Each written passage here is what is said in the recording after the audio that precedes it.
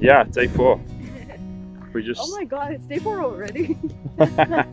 So we just stopped at a nice little camp. Truck's all parked up there. It's a Wednesday, so we get ready for our work day. I've got a day of back-to-back meetings. This is when all my exec and management meetings happen for the businesses that I'm in.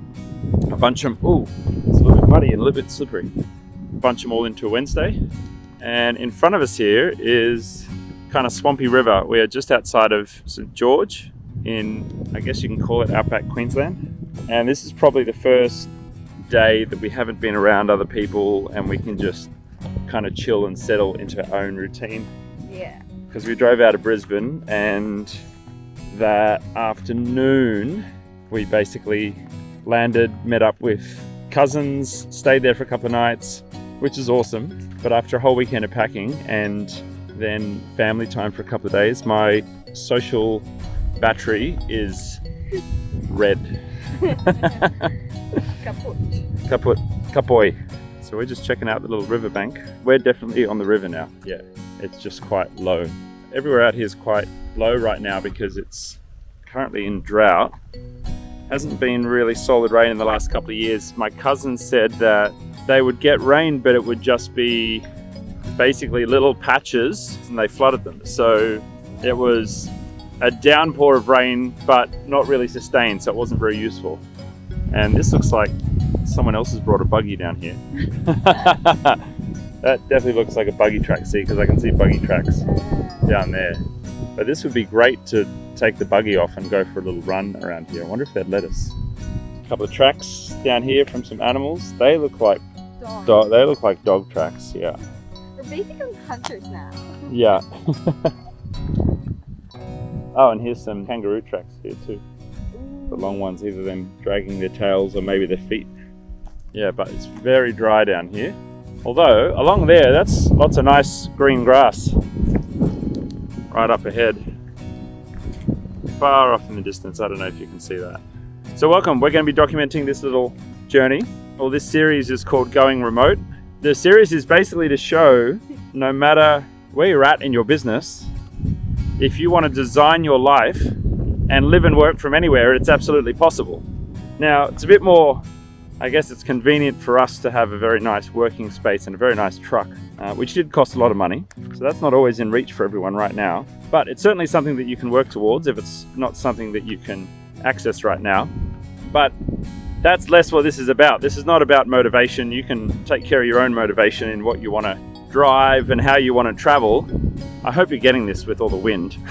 But this is more so to show, usually when people build a business and it starts to scale up and they start making millions of dollars or tens of millions of dollars of revenue, they start to think that they need to be a grown-up business or a grown-up entrepreneur. And I certainly noticed in my experience, I thought that meant, whoa, we're getting stuck in the mud now. Damn. Oh, I'm going to lose the thong. These are my favorite thongs. Oh no, right in the mud. Right in the mud. Oh, I'm not getting that one back. All right. I've got a plugger literally down in the mud. Okay, I'm just gonna have to sacrifice this hand. This hand can no longer be used. Oh, look at that. Lovely. All right, that's how we're gonna start the day. So I thought when I was scaling my business that I had to be a grown-up, and that meant getting a flashy office, buying a $300,000 Porsche, and buying a house on the North Shore in Sydney, and then driving to work every day in my $300,000 Porsche and sitting in traffic down Military Road in Sydney. And then I decided, fuck that. I'm going to do things differently, and I'm going to live in my truck. And all this stuff came up for me. All this emotional stuff came up for me, which was, oh, well, people won't take me seriously if I'm living in a truck. How can I run an 8-figure business if I'm living in a truck? I can't do deals with publicly listed Australian businesses, consultants and lawyers and accountants and people who are in the upper echelons of the Australian business community. They won't take me seriously. And then every now and again when I'd be away for a weekend and I'd have a meeting on a Monday or a Friday and I'd be in my truck, they'd be like, oh wow, that's pretty cool. And all those bullshit stories that I'd told myself about why I couldn't do that started to disappear. So this series, Going Remote, is for us to take that idea to the absolute extreme.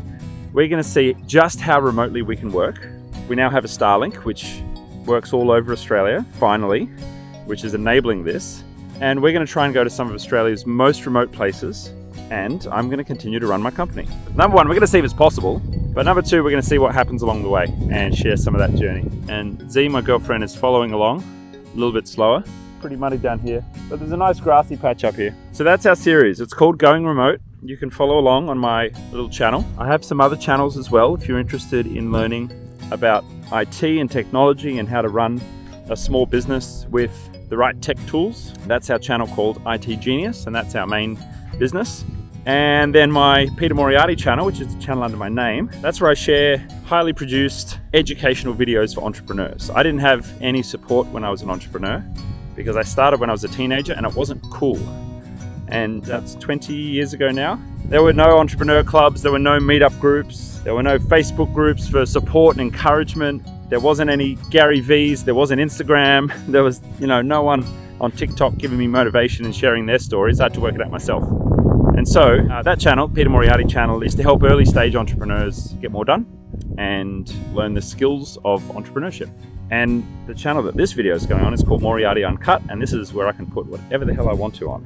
And that's where we're going to be doing some random vlogs like this. Yeah, a lot of them are just literally uncut. They might be a bit rambly, apologies in advance for that, but we're just sharing whatever we feel like sharing. So if you've got questions or video requests or anything like that, all these style videos are going to go up on Moriarty Uncut. Ah, and that is the second ant to bite me. Mother.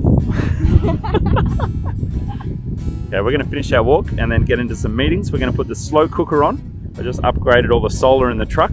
So we've got enough solar to run a slow cooker all day off just the batteries and the panels. So we're going to do that today, and we'll see you in the next one. See ya. So after 10 minutes of walking, this is what our feet looks like.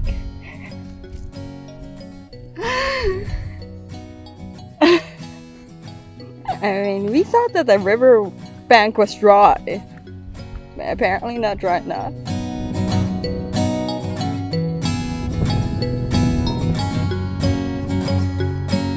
Alright. This is how I start my day. To get the creative juices flowing, then getting out of nature every morning before work. In a different place most mornings. Now, excuse the mess, but if you're wondering how we keep the truck tidy while we're on the road, we brought the Dyson, which is probably the most impractical vacuum cleaner for a truck because it's not small and it appears to be fragile. I do not trust it at all, but it's the only vacuum I had at home.